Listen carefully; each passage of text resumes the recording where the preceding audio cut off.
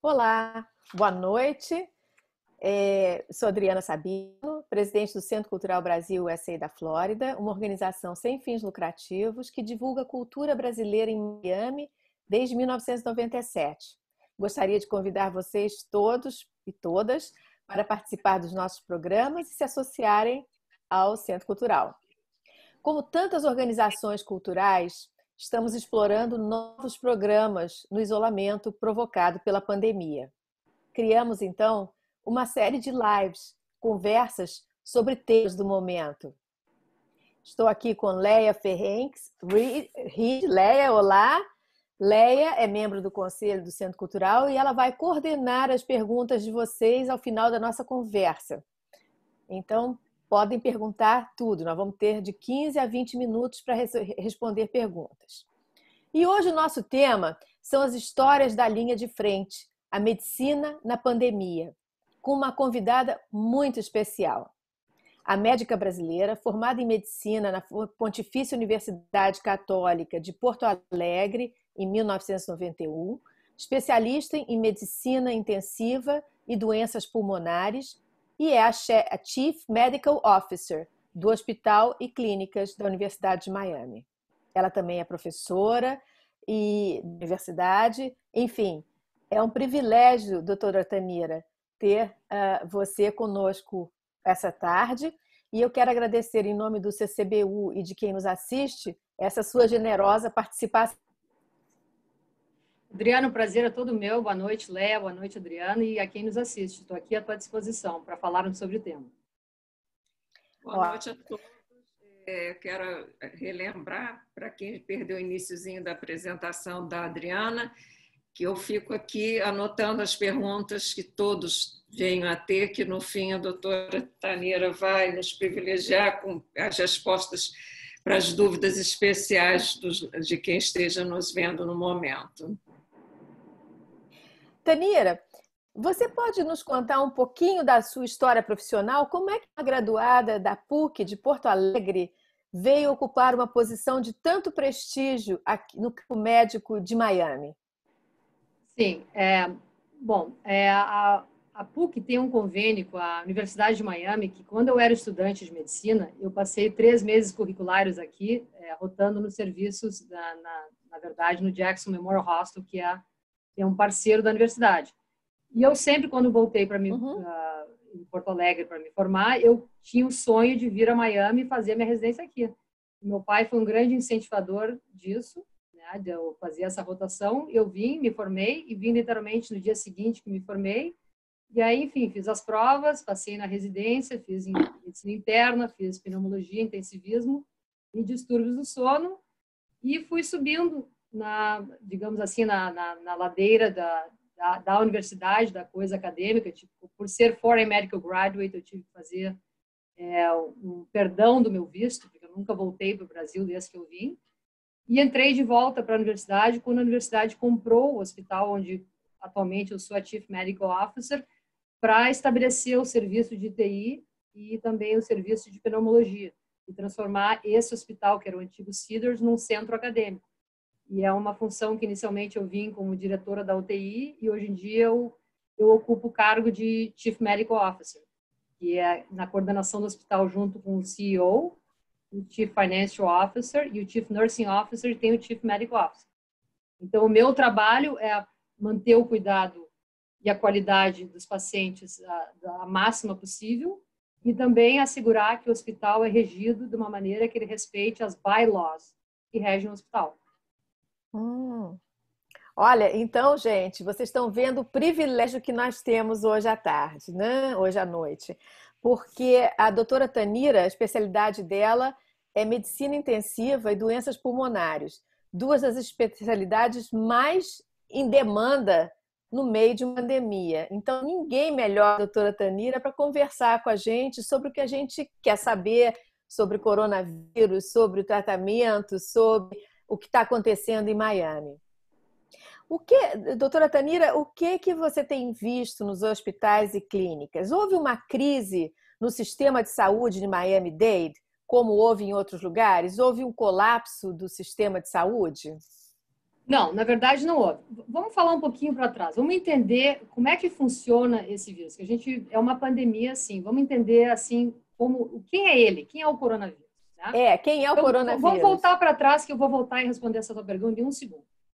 Coronavírus, o COVID-19 é um vírus novo que nunca tinha se visto. Ele é uma mistura de um coronavírus que se viu como uma gripe comum, com um vírus que também é da família do coronavírus, que é o SARS, que nós tivemos a primeira pandemia em 2002, do século 21, e também ele tem uma similaridade com o MERS. Esses vírus, tá, eles inicialmente começaram em animais, passou para humano e hoje em dia ele é uma transmissão de humano para humano. E por que ele é tão desafiador? Porque ele é altamente infeccioso. Nós não temos ainda, por ser um vírus novo, estamos 5 meses praticamente que está se descobrindo sobre esse vírus, temos 5 meses de entendimento de como ele funciona. Não temos um tratamento, um antiviral, que a gente chama, é uma bala mágica para matar o vírus. Não temos, tá? Os tratamentos são muito ineficientes. A gente está lidando com populações, porque ele é muito virulento, populações que têm sintomas, e pacientes que não têm sintomas, no entanto, eles possam vir a transmitir para outras pessoas.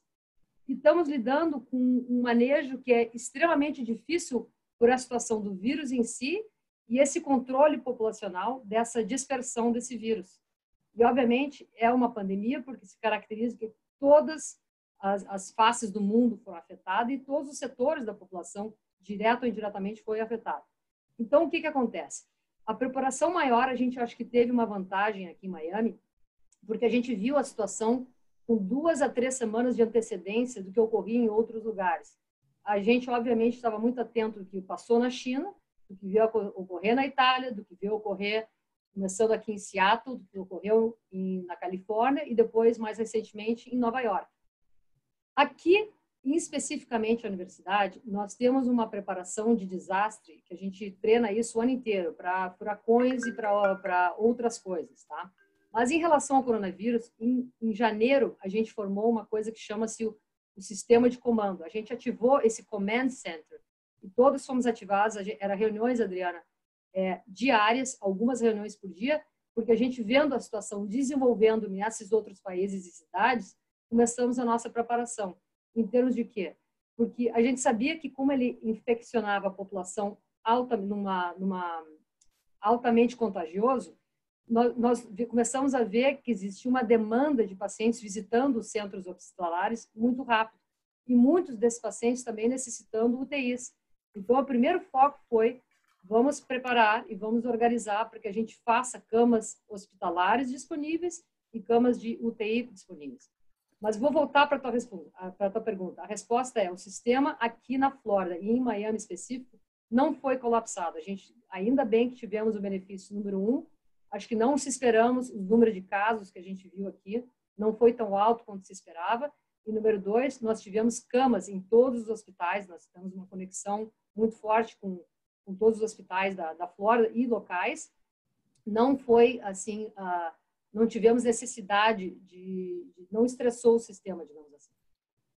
Não sei se respondi a tua pergunta. Muito bem. Agora, eu achei muito interessante na sua resposta esse centro de comando, porque eu vi, acompanhando desde o começo o caso de Taiwan, um dos vetores de sucesso de Taiwan foi eles estabelecerem um centro de comando imediatamente.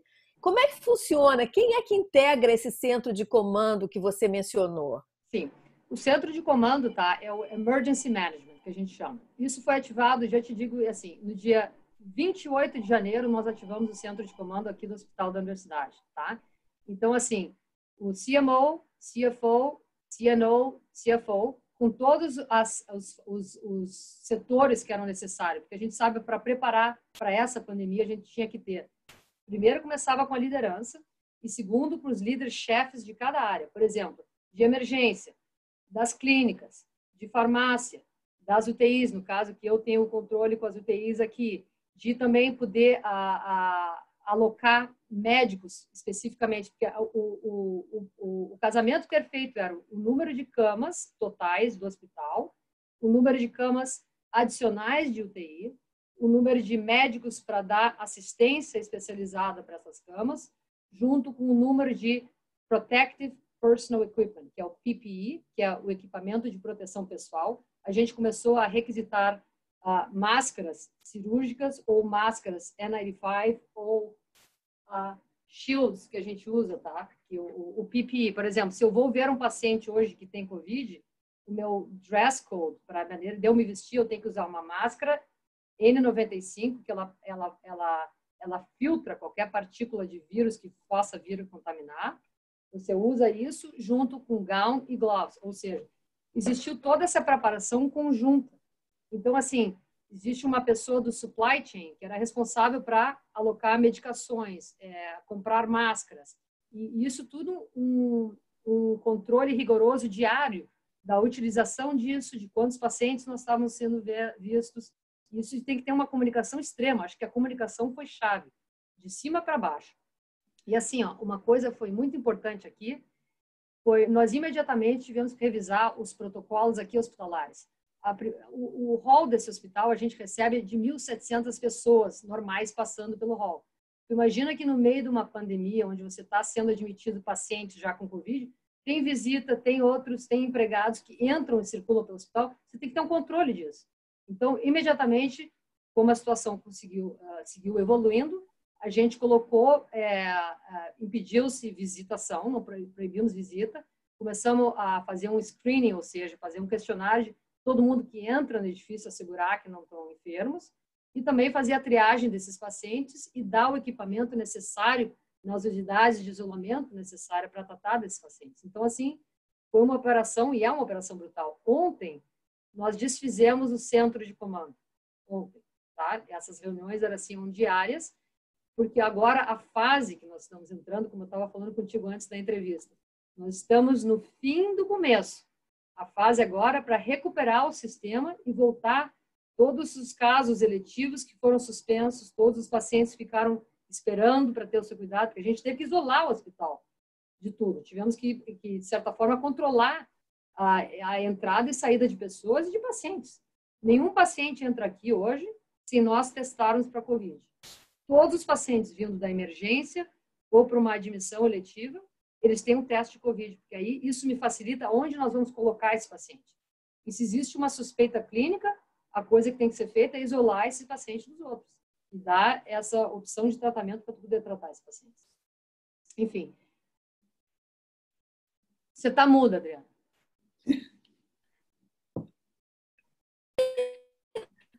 Quer dizer, Tanira, que durante o auge da pandemia realmente foi fechado para os outros pacientes? Para tudo. Primeiro assim, ó, tivemos uma ordem do governador de suspender todos os procedimentos seletivos. Vamos falar como é que a gente preparou o hospital. Primeira coisa, a gente teve que esvaziar o hospital. Imediatamente a gente começou a tratar de mandar pacientes que precisavam de centro de reabilitação, tentar, obviamente, a gente fala um safe discharge. Quando a gente prepara para o furacão, a gente esvazia o hospital o máximo possível. Parando-se as cirurgias eletivas, que não são de urgência, você já esvazia um pouco o hospital. E começamos absolutamente só a ter urgências e necessidade intrínseca desses pacientes serem hospitalizados. Com isso, a gente criou camas adicionais. Ao mesmo tempo que criaram essas camas, porque não estávamos fazendo procedimentos seletivos que pudessem esperar para mais tarde, a gente também começou a formar, a gente criou 200 camas a mais de UTI. Tá? Os 2 últimos andares aqui do hospital, ele tem 13 andares. Nós literalmente esvaziamos aquelas 2 unidades, porque eu não queria misturar os pacientes de UTI, porque estão aqui com outros problemas de saúde, com os pacientes de Covid. Nós tivemos que fazer essa separação, porque esses pacientes são muito técnicos e requer imagem, requer muitas pessoas visitando esses pacientes por outras coisas, que você pode transmitir de um paciente para o outro. Então, a primeira coisa é você fazer um isolamento. Segundo, essas unidades que a gente preparou, tivemos que trocar a ventilação. Vamos voltar uma coisinha. Antes, eu vou voltar na ventilação no segundo. Vamos entender como é que esse vírus é transmitido, né? Ele é transmitido de pessoa a pessoa. Eu estou aqui falando, não tem ninguém no meu office, e estão sendo partículas no ar, que vocês não estão vendo, só da minha fala. Se eu começar a tossir, existe a propensão maior de terem partículas que vão no ar, tá? Essas partículas podem vir a se depositar na minha mesa, eu toco na mesa, posso tocar aqui no meu nariz, já estou aqui na mesa, vou passar o álcool gel, tá? ou eu posso tocar em pessoas, ou estar falando próximo a pessoas, tá? E esse vírus, ele entra pela via respiratória. Uma vez que ele entra na via respiratória, é bem interessante, porque ele vai atrás de um receptor que nós temos em algumas células da faringe, células pulmonares, aí nós vamos entender por que ele afeta uma falência múltipla de órgão, tá? Ele tem esses receptores que chamam-se ACE inhibitors, tá? Que são esses angiotensin converting enzyme. Ele se acopla nesses receptores. A saúde, ó. Olha aí, até igual com gel. Isso, melhor, Léa, boa. Enfim, ele entra por esses receptores nessas células, tá? E é até interessante, esses receptores, por isso que dizem não, isso foi comprovado, que se você está com Covid, por favor, não me tome Motrin, não me tome ibuprofeno, porque o ibuprofeno, ele aumenta a quantidade desses receptores nas nossas células e podem vir a piorar uma potencial infecção de coronavírus. Então, se você tiver uma febre, tiver coronavírus, ninguém vai ter, não tome ibuprofeno, por favor, não tome Motrin, nós damos Tilenol, que é acetaminofén, tá? Mas olha que interessante. Mas voltando, ele entra nessas células e aí ele se replica. É um vírus que ele é basicamente composto de RNA e ele se replica. E onde ele replica, ele cria uma ação inflamatória do teu próprio corpo de querer combater esse vírus para matar o vírus. Só que, infelizmente, é muito difícil, pelo envelope que tem esse vírus, das próprias células, quando elas liberam toxinas para matar o vírus, essas toxinas, em vez de matar o vírus, ela produz uma reação inflamatória no teu próprio corpo. Então, o que a gente está vendo, esses pacientes que eles podem ter um sintoma de gripe normal, comum, e ela vai evoluindo, pode evoluir para uma insuficiência respiratória, e uma vez que está evoluído para a insuficiência respiratória, ele pode se propagar, o vírus, para outras áreas do teu corpo, afetando o trato digestivo, afetando a função renal, afetando a circulação, por isso a gente vê trombose, afetando o coração, por isso a gente vê uma insuficiência cardíaca que possa vir associada a esse vírus. Isso a gente chama um cytokine storm, que é uma reação inflamatória brutal do teu próprio organismo para combater o vírus. Mas o interessante é assim que quem da população vai desenvolver essa síndrome? Nós não sabemos isso ainda. Tu pode ter uma gripe, tu pode ter sintomas mínimos, tu pode ter sintomas nenhum, e tu pode ter sintomas de pneumonia, e tu pode ter sintomas de falência múltipla de órgãos. E a gente não sabe te dizer quais os pacientes que vão evoluir para isso. Nós sabemos que existem pacientes que têm fator de risco para evoluir a um caso mais grave. É o que eu te falei antes, que é o hipertenso, o diabético, o paciente que é obeso, está um fator de risco, e o paciente que tenha o sistema imune dele comprometido. Esses seriam os pacientes de alto risco. E por que eu estou te contando essa historinha? Porque aí isso a gente pode começar a falar em tratamentos para esse vírus, tá? Porque eu acho que o que dificulta é que a gente começou a ver o vírus se propagar, e existia um entendimento, mas não tão profundo, existiam observações de, eu vi 5 casos que responderam a esse tratamento, mas nós não tivemos tempo suficiente para fazer esses estudos randomizados, prospectivos, controlados, comparando com um grupo de controle. Esse paciente, a resposta à cloroquina é excelente. Só um momentinho, vamos comparar um grupo de controle que recebeu a cloroquina e um grupo que não recebeu a cloroquina. Como é que evolui esses pacientes? Agora estão saindo esses estudos, estão sendo mais visualizados. A gente não tinha isso. Mas então, assim, estamos coletando data, eu estava te falando antes, aqui na universidade a gente está com praticamente de 30 a 40 estudos simultâneos dos pacientes que a gente teve daqui do Jackson, que a gente está colaborando. E com outros centros que a gente tem essa informação. Então, o que a gente estava falando? Estamos falando de como o vírus ele evolui, né? Isso. Tá. E então, por que a gente assim não sabe o período de exposição de um vírus de uma pessoa para outra? Se eu estou falando contigo, eu estiver contaminada e for contaminar vocês têm até 14 dias para desenvolver os sintomas, tá? E a gente não sabe para que lado vai. Mas, obviamente, o que a gente recomenda, Adriana, eu acho que assim que foi chave aqui na cidade de Miami, e como eu te falei antes, a gente faz parte do grupo que dá recomendações médicas para o prefeito Mayor Jimenez, ele é assim, fantástico, foi o distanciamento social, o uso praticamente mandatório de máscaras ou cobertura da face onde puder ser feito, o distanciamento social, a higienização das mãos e higienização de superfícies de contato de múltiplas pessoas. Com isso, acho que se controlou bastante. E com isso, não colocou estresse no sistema de saúde. Agora, a gente está participando da abertura da cidade, né? Como é que vai ser com os business. E é tudo data-driven. A gente tem informação, ou seja, se a gente vê, isso é em conversações com as entidades governamentais, que o número de casos na cidade, porque todos esses casos são reportáveis. Se vemos que está aumentando o número de casos, dá tempo para a gente olhar no plano de abertura da cidade o que foi aberto. Ele não abriu a cidade inteira. Ele está abrindo em fase. Há 2 semanas atrás, abriu essa fase. A abertura dessa fase, nós vamos saber em 2 semanas qual é o efeito. Ele vai abrindo. Então, te dá a oportunidade de tu ver que está subindo, vai fechando. Em vez de abre tudo ou fecha tudo. Entende? É um approach que vai por fases. Enfim. Você mencionou uma coisa que era a minha próxima pergunta, porque a minha pergunta tinha a ver com o que você falou, que o centro de comando foi desativado.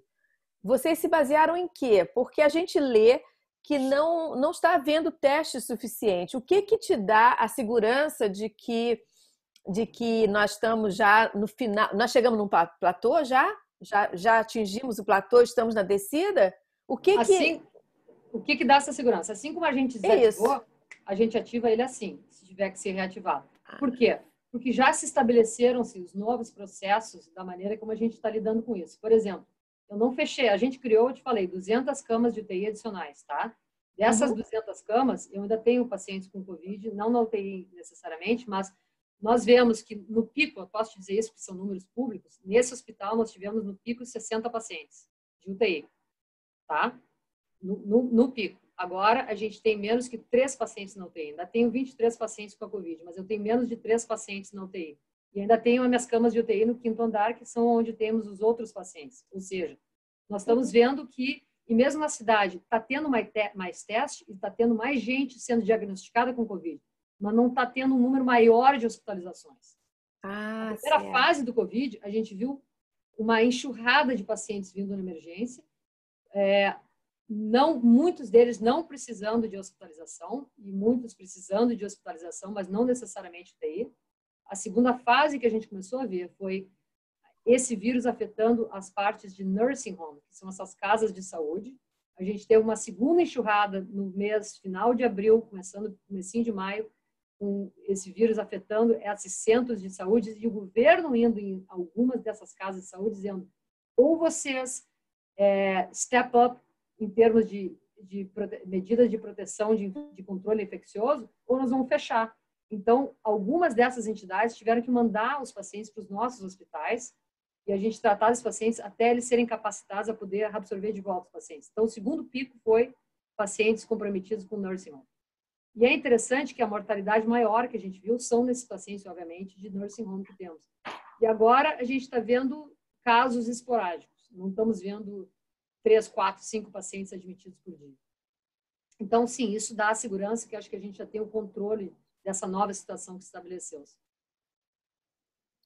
Mas essa novidade desse vírus, né, que ninguém entendeu ainda muito bem, você mencionou uma coisa na nossa conversa antes da gente começar, que é claro que existe o grupo de risco, o grupo dos idosos das casas dos nursing homes, esses são os grupos que a gente espera que tenham fatalidades, que morram. Mas você mencionou também que existem problemas com jovens. E tem aparecido gente com jovens com Covid. Esse vírus não discrimina. Ele não tem cor, não tem raça, não tem sexo e, na verdade, não tem idade. Afeta de crianças às idosos, tá? E a gente sabe que é interessante em crianças, ele produz um tipo de doença um pouco diferente. A gente viu esses casos em Nova York, que deu essa síndrome inflamatória difusa para crianças entubadas. No idoso, por ser idoso e ser mais frágil, uma população que tem que tomar cuidado porque tem comorbidades e é uma população mais frágil. E esses pacientes têm o risco de desenvolver uma pneumonia e uma falência múltipla. Então, a gente tem que proteger essa população e tem que ser medidas mais rigorosas para essa população se proteger. Mas a gente viu também casos, pacientes que não tinham risco nenhum. Não é a maioria dos casos, mas sim existem casos. E ninguém, Adriana, quer ser parte da estatística, né? Nenhum jovem quer ser parte de uma estatística, mesmo que não afetem os jovens. Mas o que acontece é que muitos jovens podem ser portadores assintomáticos. E esses, sim, levarem o vírus para outros familiares ou amigos ou o que seja. Então, assim, é o começo do fim. O distanciamento social não pode ser relaxado. Tem que, sim, seguir, aderir às medidas de usar máscara, higienização das mãos, tentar não tocar no rosto, essas coisas. E isso vai ser um novo nós. Tudo mudou. No hospital, nós não liberamos visita ainda. Temos como. Agora, você mencionou a parte de tratamento, que está se explorando várias coisas. A gente ouve falar de cloroquina, de remdesivir, até do que tem que tomar para febre, que você falou, e eu já notei que não pode tomar Motrin nem ibuprofeno. O que se usa? O que se pode usar? Porque a gente ouve falar tanta coisa e briga-se tanto por causa da cloroquina. Existe então, vamos falar assim. Em geral, nós vamos falar em tratamento geral. Eu quero que vá on the record, tá? Não estou fazendo recomendação a nenhum caso específico, não estou sugerindo que as pessoas, por elas mesmas, sigam usando e tomando rédeas e fazendo coisas na sua própria interpretação. Por favor, se tiver um problema, consulte o seu médico. Tá? Claro! Isso é assim, de praxe. Bom, vamos entender o tratamento. O único tratamento nos Estados Unidos que é aprovado para o uso é o Remdesivir, tá? É um antiviral. Ele foi inicialmente desenvolvido para tratar o ebola, tá? E viu-se que esse Remdesivir, ele tem essa atividade diretamente contra o vírus, tá? Existe um protocolo muito específico para o uso dessa medicação. E a gente tem esse protocolo. O FDA, ele, por exemplo, quando o FDA liberou, isso fazem umas 3 semanas, quando ele liberou, a gente entrou no protocolo para receber essa droga, a gente recebeu para os pacientes que a gente tinha hospitalizado, e tem que ter um critério, tem que ter pneumonia, baixa saturação de oxigênio e ter os sintomas por mais de 4 a 5 dias. Esse é mais ou menos o critério. Então, a gente recebeu, ele só é dado para pacientes que estão hospitalizados, e a gente tem várias doses a mais adicionais, e a gente colabora, óbvio, com os outros hospitais da comunidade que nos pediram, e a gente deu, porque tinha e não usamos para nossos pacientes. Então, a única droga aprovada para uso é o Remdesivir. Agora, existem outras coisas no protocolo. Então, vamos falar da cloroquina. Já que tu tocou nela, vamos falar nela. Cloroquina e hidroxicloroquina, tá? A gente não sabe muito bem o mecanismo dessa droga em relação ao vírus. Ela tem, sim, um efeito antiviral, mas não é diretamente como é o Remdesivir, tá? Ela parece bloquear a absorção, a binding do receptor que eu te falei, que era o ACE, do ibuprofeno, que tu recordou, tá? Ela parece, de certa forma, bloquear, mas a gente não sabe muito bem o mecanismo de ação, tá? E assim, inicialmente, ela começou a ser usada e existiram estudos observacionais, sem ser randomizados, controlados, com grupo de controle, que viram que pode ser que ela sim tivesse um efeito benefício. Mas aí começaram a se ver mais outros estudos, e o último que foi no Lancet, há uma semana e meia atrás, ou 2 semanas atrás, de 96 mil pacientes, que viu-se que a cloroquina, em estudo mais randomizado, mais controlado, e um cohort de pacientes maior, viu que ela não tinha esse efeito mágico que todos pensavam que ela tivesse. Então, assim, nós até inicialmente... Mas, claro que como é um vírus novo e se tu não tem muito armamentário para tratar, tu vai querer tratar com o que tu tiver. Me dá a cloroquina. Não é assim. Ela tem efeitos colaterais, tá? E os efeitos colaterais mais graves são cardíacos, ela pode sim dar uma arritmia e pode sim baixar a glicemia. Então, tu tem que ter muito cuidado de como tu usar essa droga. Eu usei a cloroquina nos pacientes? Claro que eu usei a cloroquina. Eu vou considerar usar de novo? Vou considerar usar de novo, mas tem que ser situação bem específica, tá? E a gente tem um protocolo de pesquisa que inclui a cloroquina. A gente não está usando como... Não é comprovado. Tu tem uma infecção por estafilococcus, tu dá vancomicina. Isso a gente sabe que é o tratamento de praxe. Para esse vírus, nós não temos. Existem estágios da doença, de tratamento, por exemplo. Estou falando agora, todo mundo quer uma bala mágica que previne a doença evoluir. Todo mundo quer isso. Nós não temos. Existiu sugestão inicial que a cloroquina pudesse ter esse efeito, mas estudos posteriores não comprovaram que ela tem. Tanto é que a gente tirou ela do nosso protocolo de tratamento. O Remdesivir está lá. Existe, interessante, por que eu te falei da falência múltipla de órgãos? Tem certos pacientes que têm essa grande resposta imunológica ao vírus e gera uma inflamação generalizada. Então, a gente tem um protocolo de drogas que a gente usa que é uns anti-inflamatórios, incluindo até pode ser a cortisona. Tem um grupo de drogas que funcionam para baixar essa inflamação. A gente usa também em protocolo de pesquisa, tudo que eu estou falando, protocolo de pesquisa, tá? Remdesivir é o único que é aprovado, os outros estão em protocolo de pesquisa, a gente usa. Plasma convalescente, ou seja, a gente viu que pacientes que tiveram a COVID e desenvolveram anticorpo para a COVID, a gente filtra esse plasma, que é a parte líquida do sangue, e a gente filtra esses anticorpos e injeta esses anticorpos nos pacientes que estão gravemente afetados. E a gente está vendo nos estudos iniciais uma resposta favorável ao plasma convalescente. Tem pacientes, Adriana, que a gente teve que estava tão grave que a gente utilizou tudo que eu estou falando. Começou com cloroquina, passou para remdesivir, que chega uma hora que tu quer usar as coisas. E assim, a vantagem do centro acadêmico, porque a gente não é eu, única pessoa fazendo a decisão, ou eu, o médico único fazendo. Não, existe uma junta médica. Existe, na minha divisão, nós somos 38 de pneumointensivismo. Então, são mentes brilhantes, juntas, associadas com o Jackson, com outros colegas em várias partes do país, que se juntam para tentar ver como é que tu faz. Infectologista, tem a parte de forma, toda essa parte junta. Então, não é uma decisão unilateral. Mas, então, o tratamento é complexo, só que não existe essa bola mágica, né, para tratar, infelizmente. Eu tenho uma dúvida, até mencionei para você antes. Aqui nos Estados Unidos, nós não temos um sistema de saúde público como temos na Europa, na França, na Inglaterra, na Itália, na Espanha e até no Brasil, o SUS. Aqui o sistema você precisa de ter, você paga, né? Você tem um plano de saúde e é pago. E muita gente perdeu o emprego e com o emprego foi junto o plano de saúde. Eu queria saber como é que vai funcionar esse tratamento, porque são tratamentos caros, né? Um tratamento de UTI num hospital é um tratamento caro. E como é que funciona isso?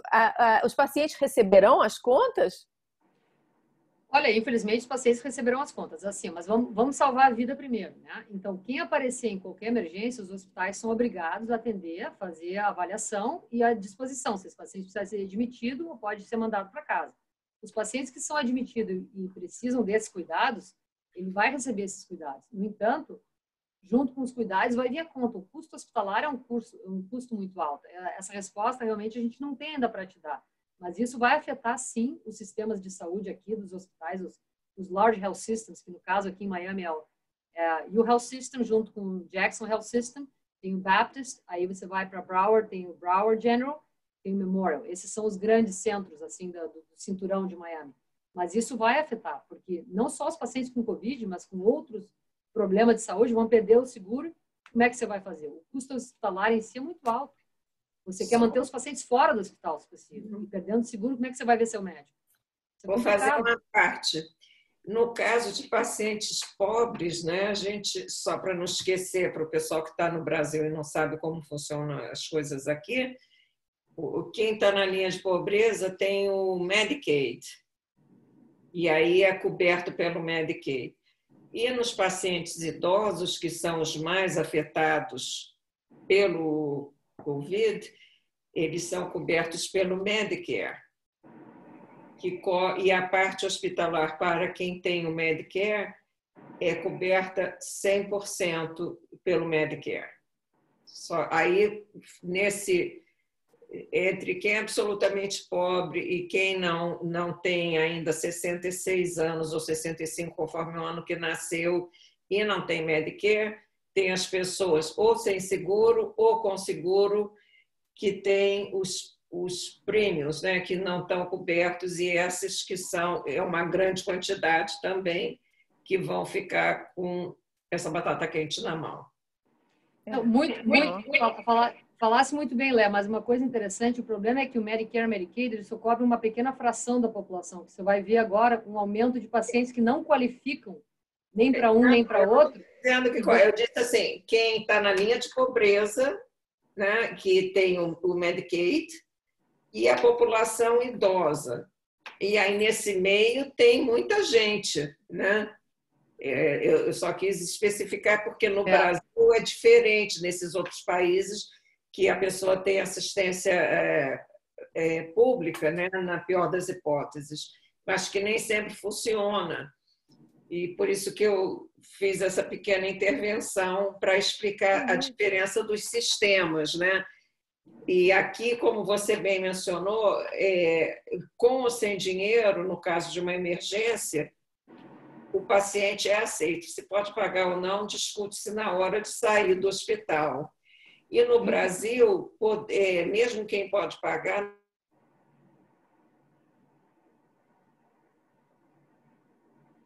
Perdemos a Leia. Bom, eu vou mudar um pouquinho agora para um outro tema. Doutora Tanira, você falou que o vírus é novo, não é conhecido. Então, não existe um tratamento e nem existe uma vacina. E até ser descoberta essa vacina, como é que nós vamos viver? Porque nós temos que voltar a viver em algum momento. Mas como é que vai ser isso? Como é que vai ser esse novo normal? Vai ser mantendo o distanciamento social, aderindo ao uso de máscaras, aderindo à prática de higienizar as mãos e superfícies de contato, porque se você vai ver, olha a abertura da cidade aqui, como já foi, tá? Não sei se você teve a oportunidade de ir a algum restaurante, tá? Nós fomos no sábado. Como eu te falei, nós somos parte do Mayor Jiménez, do grupo dele, de dar, assim, da junta médica para a abertura dessas áreas.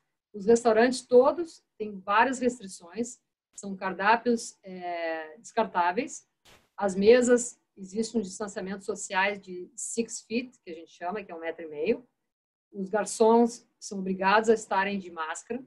Existe ainda a controvérsia da luva, porque a pessoa acha que está de luva e está protegida, mas se eu estou de luva e toco, ou estou infectada e toco e passa, eu vou passar. Então, o que você tem que fazer é não tocar no seu rosto e higienização das mãos.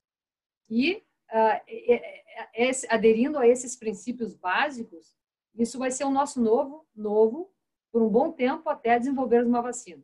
Em termos de vacina, a gente vai fazer parte de um trial que vai iniciar pela companhia Novartis, que está vindo. A gente vai fazer parte de 1.000 pacientes que a gente vai receber essa vacina para fazer. Mas a gente está pelo menos uns 8 meses até fazer uma vacina. E também tem uma outra coisa interessante, né? Que falando com os colegas infectologistas, a gente espera, sim, que quando esse vírus não seja tão novo, a população vai adquirir uma certa imunidade e isso vai conferir uma certa proteção. Né?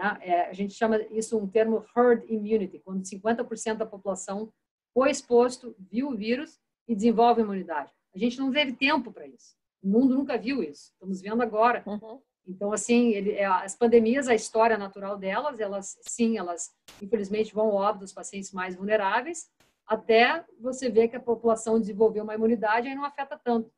Vimos isso com o SARS, vimos isso, de certa forma, com a influenza, e acho que vamos ver isso com o Covid-19, que é o SARS-CoV-2, que é como chama esse vírus. Perdemos a Leia? Perdemos a Leia, estou procurando a Leia.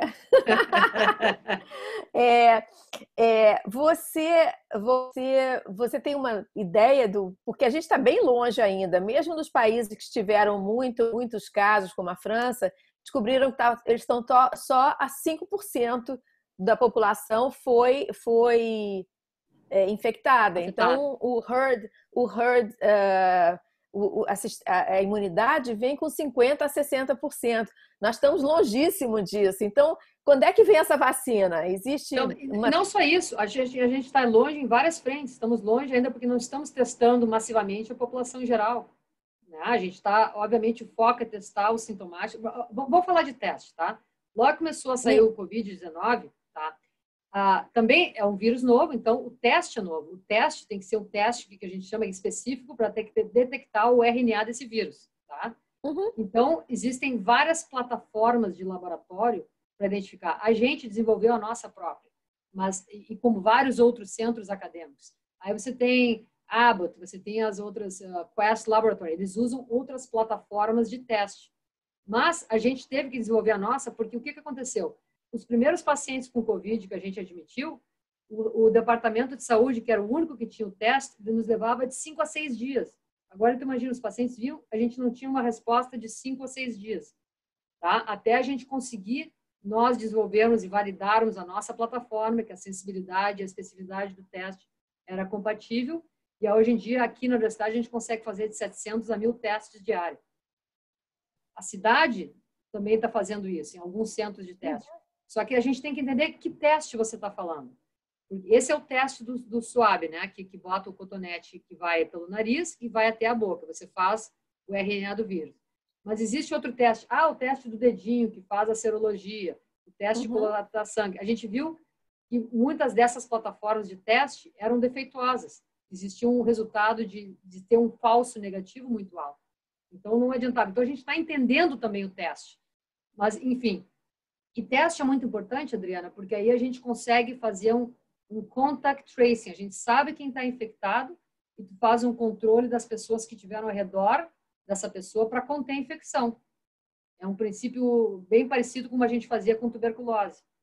O paciente infectado com tuberculose, você vai atrás dos contatos de quem foi exposto a essa paciente e você isola por 14 dias até a pessoa poder sair. Mas o problema desse vírus é o que eu te disse, tem muita população que não tem sintomas. Por isso, o uso da máscara. Pois é, mas aí nós temos essa estrutura de... Bom, primeiro que o teste está muito baixo, a gente não tem... Inclusive, houve uma pergunta aqui. Por que o teste... Why is testing so low? Por que tem tão pouco teste? Porque é um vírus novo e os laboratórios tiveram que desenvolver essa plataforma de teste. É um teste bem específico, chama-se PCR, tá? O teste mais específico, que é para ver o paciente que está agudamente infectado, é o PCR. Que usa um mecanismo chamado ELISA, tá? ELISA, que é Polymer Chain Reaction, que a gente fala, que você coleta e você multiplica e replica o vírus para você ver. Então, primeiro, assim, tem que ter a combinação das máquinas, dos reagentes e dos swabs para você fazer esse teste. Então, não teve produção em larga escala, em grande escala, para você poder acomodar a demanda. Mas agora está tendo mais testes, está tendo mais demanda, e estamos melhorando o teste, que é muito importante. O teste, quando primeiro veio, era 30% de falso negativo. Eu te digo, a gente teve pacientes, esse paciente tem Covid, e o teste negativo. Mas isso não impediu que a gente não tratasse como se tivesse. A gente tem que usar o teu julgamento clínico, digamos assim. Aí tem uma outra, você mencionou uma outra coisa, junto com o teste tem que ter o tracking. E nós temos condição de fazer isso? Estamos fazendo isso. Junto com a cidade, nós estamos em parceria, como eu te falei, com o Mayor, ele está adquirindo essa estrutura com o Departamento de Saúde aqui de Miami-Dade, de poder fazer esse contact tracing. Estamos adquirindo essa estrutura, mas não estamos ainda onde devemos estar, né? Mas estamos vendo, por causa que está tendo mais teste, a gente está vendo ainda um aumento de número de casos de Covid. Mas, como eu te disse, não aumento de casos de hospitalização.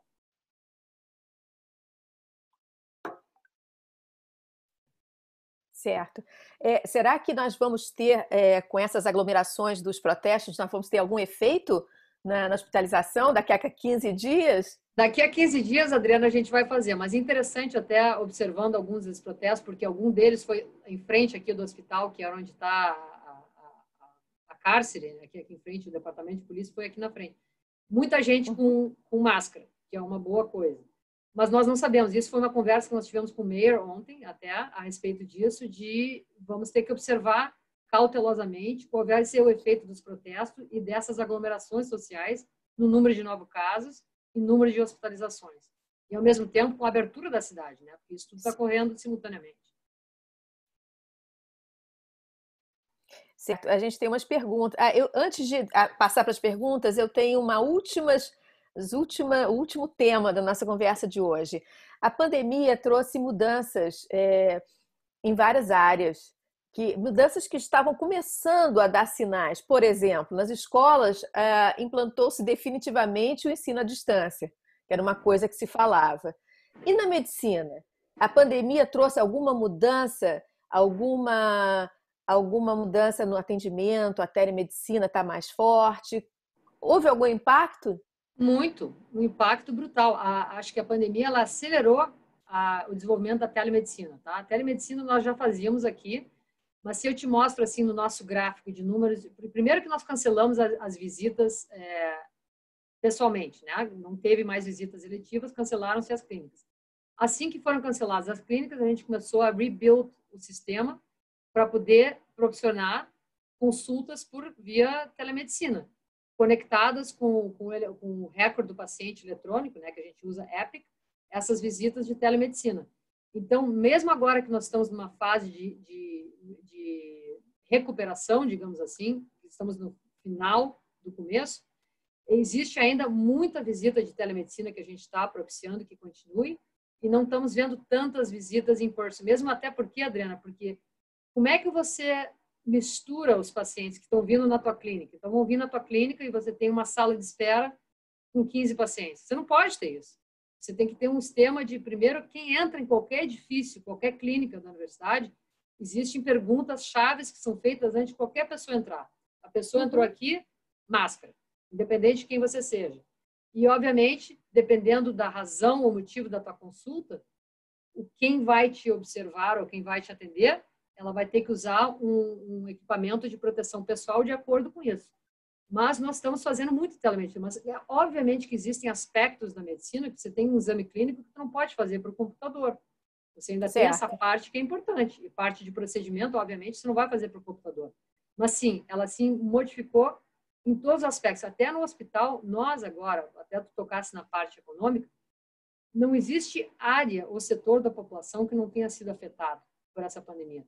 Nós, assim, o dano financeiro à instituição é dramático, a todas as instituições, porque pelo cancelamento de procedimentos eletivos e tudo mais. Então, nós tivemos que refazer, e são discussões não agradáveis, né, com o corpo, assim, de empregados que trabalham em respeito ao hospital. Muita gente vai perder emprego, não só aqui, como em outros sistemas, ou até abaixar salário. Isso é uma coisa que está sendo refeita e estamos tentando contrabalançar isso, criando situações que você possa trabalhar de casa ou por computador, ou que você não necessite estar num office. Então, acho que ela afetou de muitas formas a maneira como a gente faz coisa incrível. Healthcare. Bom, eu tenho mais uma pergunta minha antes de abrir para os outros. Nós vamos estar preparados para futuras pandemias? Porque, na verdade, essa pandemia era um desastre anunciado. Houve uma palestra em 2015 do Bill Gates, em que ele avisou claramente que a gente estava à beira do perigo de uma pandemia. E acho que ninguém quis pensar muito nisso. Nós podemos ter outros novos vírus como esse? Sem dúvida. Eu acho que assim, acho que isso está sendo um aprendizado para todos, para o mundo. Acho que o mundo está vendo isso e acho que uma grande preparação para outras coisas que possam vir. Por exemplo, nós tivemos um ensaio de pandemia com o Ebola, tá? Que foi uma preparação. É que uma pandemia você não sabe como ela vai vir, mas nós sabemos que esses vírus, eles são mutantes e eles podem mutar tanto a mutação genética ao ponto da população nunca ter visto. Então, você pode ter novos vírus e novas pandemias. E isso é uma coisa que a maioria dela, como é a transmissão de pessoa a pessoa, muitas lições do Covid-19 a gente vai aprender em como prevenir e como estancar essa pandemia. Espero que sim, que a gente aprenda com isso. Leia, voltou! Voltou! Você é professora da Universidade de Miami. Sim. Isso, o ensino da medicina vai mudar por causa da pandemia? Houve algum impacto também no ensino da medicina? Completamente. Desde que onde foi declarada a pandemia, onde a gente proibiu visitação, onde a gente não permitiu que os estudantes viessem a fazer as rotações no serviço, passar nos andares, foram todos para casa. Todo o ensino foi via computador. O currículo foi revisado para que você consiga cumprir um currículo educacional por computador. Mas como a gente está tratando com o pessoal jovem, acho que esses jovens que estão em college ou estão nos primeiros anos de medicina, para eles é bem mais fácil aderirem a um método de estudo por computador, aulas virtuais. Hoje, inclusive, tinha uma aula virtual com os terceiro anos, porque os terceiro-anistas vão voltar para as rotações hospitalares e a gente tem que fazer uma orientação de como vai ser para eles, porque não é assim, vai para o andar e vai... Não, existe toda uma segurança, precauções de como é que eles vão se comportar, né, quando vierem para o hospital de volta. Bom, agora a gente vai abrir, já terminamos aqui a nossa fase, vamos abrir para as perguntas. Existe uma pergunta aqui: idosos devem continuar isolados mesmo no novo normal? Acho que idosos, sempre a população, por ser mais frágil, deve sempre tomar uma cautela, tá? Eu acho assim que ainda deve estar observando muito a situação na localização onde está esse idoso. Se não está assim um aumento de casos muito rigoroso, acho que sim, pode sair, mas a precaução, eu não saio a lugar nenhum, Adriana, que eu não uso máscara. Tá? Então, máscara e álcool gel é fundamental. Ninguém mais vive sem isso. Você não pode, a gente não sabe, nós estamos no fim do começo. Está muito cedo ainda para dizer pode sair que não tem. A cidade nem abriu ainda. No Brasil, nós nem vimos o pico ainda. Em outras partes do mundo, que estão afetadas de diferentes formas. Então existe muita cautela. Não só idosa, mas vou te falar o grupo de risco. O hipertenso, o diabético e o obeso. E os pacientes que tenham um sistema imune comprometido. Esses são os mais frágeis. Certo. Tem uma pergunta da Valéria Trauer, dizendo que no Brasil fala-se muito em ivermectina. Aqui também está sendo prescrito? Não está no nosso protocolo. Tá? É a única droga aprovada que tem um efeito comprovado e autorizado é o Remdesivir. É a única. Os outros todos são experimentais. Então, assim, por isso que a gente sugere muita cautela quanto ao uso dessas medicações outras, que não tem um estudo randomizado comprovado que elas são eficazes. Adriana, você vai assumir as perguntas ou eu faço? Não, você pode fazer. Bom, a Yara Gouveia pergunta: quantos pacientes vocês atenderam no hospital nessa fase? Quantos deles precisaram de UTI e qual foi o índice de cura e de morte? Tá. Oi, Yara. A tua pergunta assim, ó, eu não posso te dar os números específicos, tá? Mas eu vou te dizer que no pico nós tínhamos em um dia ao redor de um hospital, nosso hospital aqui, de perto de 60 pacientes. E no pico a gente teve pacientes entubados com Covid, 25 pacientes. E agora nós temos entubado um paciente. E eu estou te falando isso porque é informação pública, senão não poderia passar para vocês essa informação. E ontem nós tivemos um paciente que foi hospitalizado 60 dias, entubado algumas vezes e ontem foi para casa. Então, ontem foi uma festa aqui que a gente fez. Porque... Que beleza! Não, gente, assim, ó, uma coisa, Adriana, que a gente não comentou, é assim, nessa área da saúde é uma grande gratificação, porque a união dos profissionais de saúde é uma coisa impressionante. Não teve uma enfermeira aqui. No princípio, a gente diz, quem vai tratar de paciente Covid? Todo mundo, ninguém queria, né? É um pouco inconfortável, porque a gente estava aprendendo isso. Mas não teve ninguém que não se prontificasse, obviamente, desde que nós propiciássemos os materiais de segurança e uma estrutura de segurança para tratar desses pacientes, mas não teve ninguém que agora, hoje em dia, trabalha nessas unidades que não quis trabalhar. A gratificação é muito grande, nós somos muito unidos. Não só nesse hospital, como em todos os hospitais. Tem uma pergunta aqui ótima, é da Maria Clementina Loureiro. Se a pessoa tem que voar, quais são as recomendações e riscos? Máscara. Não isso aqui que vai ficar estranho, né? Mas um goggle, porque é a transmissão de pessoa a pessoa, tá? Se você quiser se proteger, a máscara e mantendo o distanciamento social vai te proteger. E o toque em superfícies. Num aeroporto tem muita gente passando e circulando. E, obviamente, existe protocolos de higienização das superfícies comuns de contato. Muito álcool gel e muito, assim,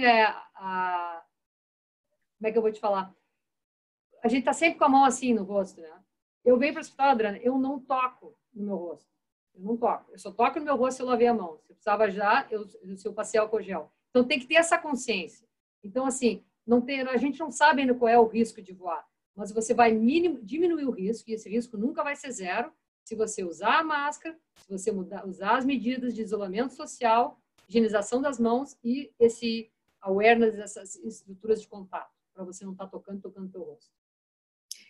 Bom, a Thalita Pinheiro, queria saber se alguém da sua equipe teve o Covid. É outra informação pública, não da minha equipe em si, mas nós tivemos sim healthcare providers que tiveram Covid. A Glória Johnson, ela queria saber aos primeiros sintomas para onde a pessoa deve se dirigir. Ligar para o seu médico, tá? A orientação inicial, Léa, foi assim, o que aconteceu? Os pacientes que não tinham indicação de vir para uma emergência, começaram a vir à emergência. Só vindo para a emergência, é isso que a gente queria evitar. Eu acho que assim tem que ligar para o seu médico para pegar uma orientação para entender, porque a pessoa tem uma fala, estou com Covid. Não, vamos entender o que você tem. Tem que ligar e procurar orientação médica. Mas, obviamente, se você tiver com sintomas que você vê que você precisa procurar uma emergência, obviamente vá a uma emergência. Tem uma pergunta que é minha e também é tenho que achar o nome aqui de quem a enviou.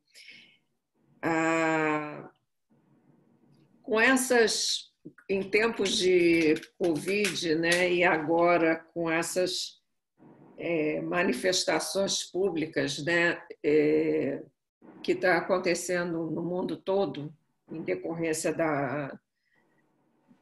dessa morte horrível, né, do assassinato do Floyd, né, vários médicos, jornalistas estão alertando para o perigo, né, do Covid, apesar de que vários manifestantes, a maioria dos manifestantes vai à rua devidamente protegido, mas nem todos, e mesmo a máscara dá um bom grau de proteção, mas não é garantia absoluta. O problema, Lé, é que com esses protestos, né, você não consegue manter o distanciamento social. Esse é o problema. Agora, a gente estava comentando com a Adriana, a gente vai saber o efeito disso mais ou menos daqui a uns 10 dias. Uhum. E por isso a cautela até da abertura da cidade em outros setores, né? Nós estávamos programados para as praias abrirem agora nessa semana e não vai abrir. Então, acho que tem que observar. Temos aqui duas perguntas. Uma do André Freitas, que pergunta: quando tivermos a vacina, vamos poder levar a vida como era antes? E outra do Bento Bastos: quem tem trombose corre risco? Bom, vamos primeiro da vacina, tá? Assim, ó, por exemplo, a gente tem algumas lições da vacina, tá? E também a gente não vai esperar que venha a vacina, esperamos até que sim, mas a vacina vai ter que ser modificada até ela conferir essa imunidade, tá? Por exemplo, nós, profissionais de saúde e pessoas que são fatores de risco ou pessoas com uma certa idade, devem tomar a vacina para a influenza, tá? Influenza A, vamos usar isso, tá? Antes do inverno.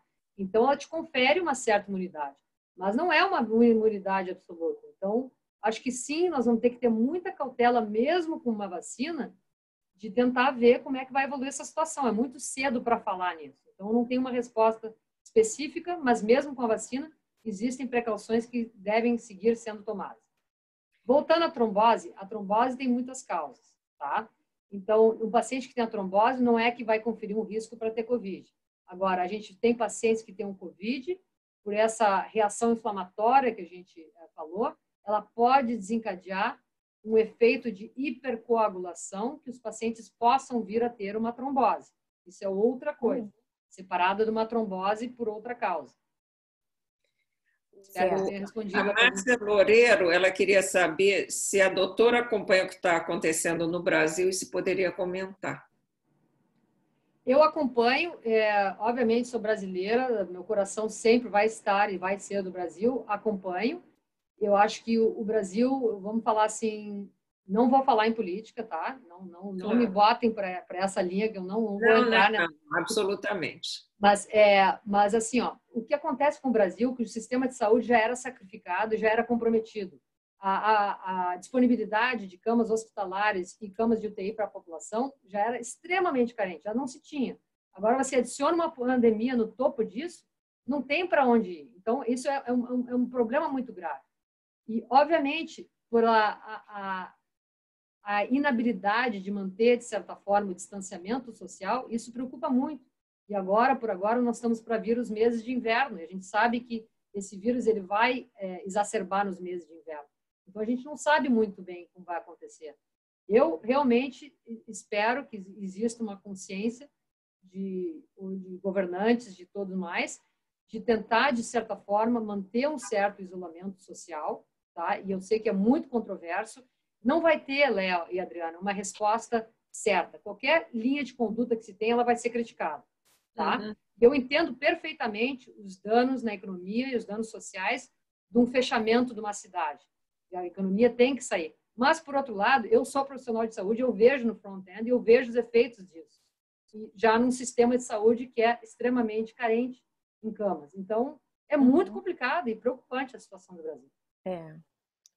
Débora Rosalém tem uma pergunta. Você, como médica, acredita nos números divulgados?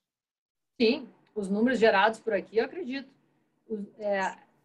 Assim, ó, Débora, querida, a gente tem que ver de onde vêm os números, tá? A gente tem que ver, primeiro de tudo, qualquer informação. Eu sou muito peculiar na source, da onde veio essa informação. Você tem que ter uma fonte que seja reliable para você acreditar nos números. E eu acho que sim, a gente tem fontes de informações que são reliables, que façam a gente acreditar nos números.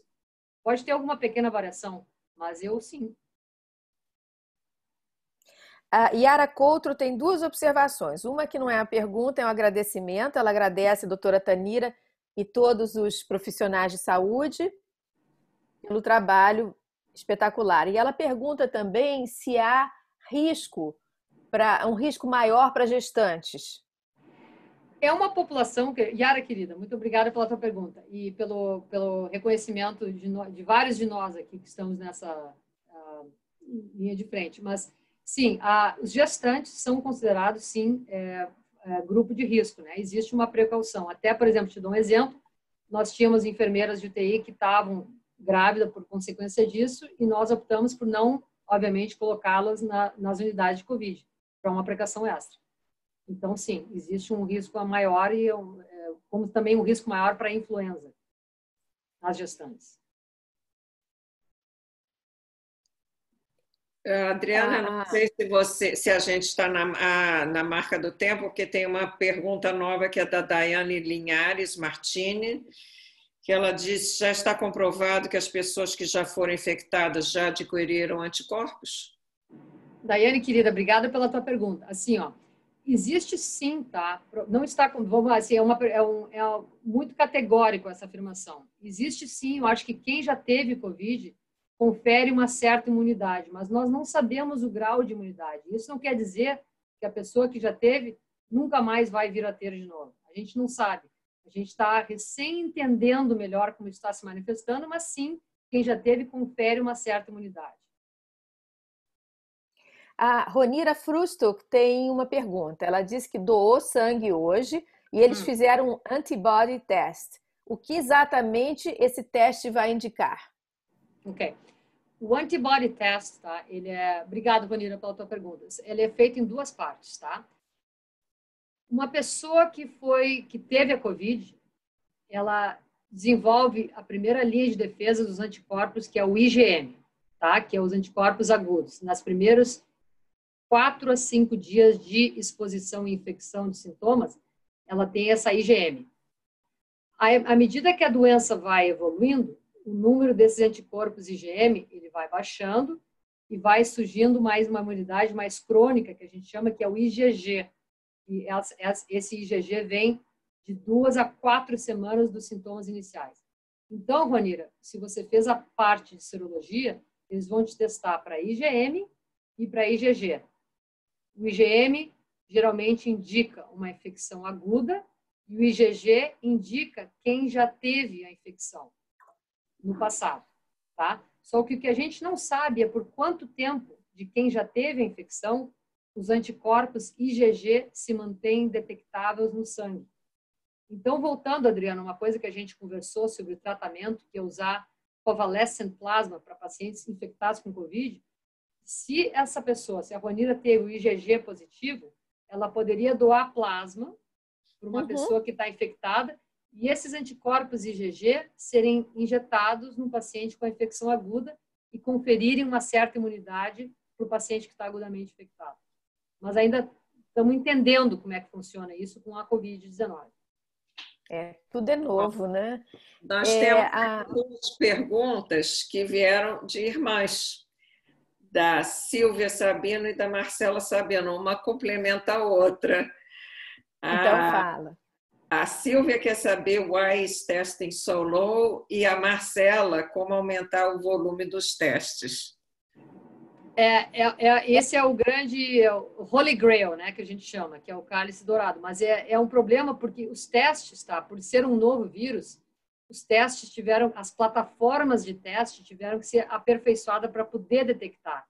Então, tivemos, assim, vários laboratórios, gerando plataformas de teste para poder avaliar o vírus, e existia também uma validação do resultado. Então, levou muito tempo para a gente entender e criar, e os reagentes, porque essas máquinas, elas, são testes muito específicos e complexos, digamos assim. Então, tiveram que criar a plataforma para testar, os reagentes e a estrutura para como você coleta esse teste. E quando fala assim teste, é o teste do SWAB, que confere um paciente que está com o COVID agudo, e o teste da imunidade, que é o IgG e o IgM. São duas coisas específicas. Né? Uhum. Então, para pacientes que têm sintoma, o teste que a gente recomenda é o do nariz, que pega para ver se tem partículas de vírus na secreção. Esse é o teste do nariz. E os outros são para quem já teve ou para quem quer saber se já teve, mas é mais complexo. Mas, enfim, por ser um vírus novo, a gente teve que criar todas essas coisas que não existiam. Nós criamos, como eu falei para a Adriana, a nossa plataforma de teste aqui na universidade, para testar. Nós já estamos chegando ao fim, essa conversa já passou até do tempo, porque a gente realmente não viu o tempo passar e todo mundo estava interessadíssimo no assunto. Eu acho que vale a pena, se você permitir, uma última pergunta, que é da Liana Larroche Vasconcelos. Quem já teve Covid pode pegar novamente? Isso já foi perguntado. Provavelmente. Porque eu fiquei um tempo aí fora do ar, né?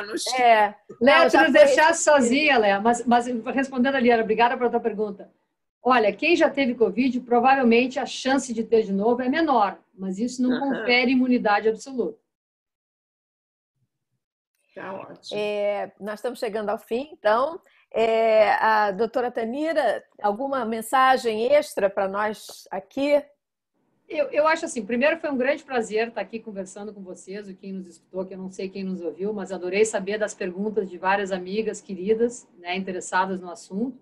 Eu acho assim, Adriana, mas nós estamos no fim do começo, eu acho que tem muita coisa por vir, eu acho que não é a hora, assim, de abaixar a guarda, tá? Eu acho, assim, que tem que, sim, de certa forma, com algumas restrições, seguir praticando o isolamento social, aderindo ao uso de máscara, essa questão das mãos e higienização que a gente fez e tomar esses certos cuidados, porque a gente não está imune a isso. Recém que estamos abrindo a cidade, recém que estamos vendo se vai ter uma segunda curva, recém que vamos poder observar os efeitos de coisas que fazemos hoje, daqui a 2 semanas.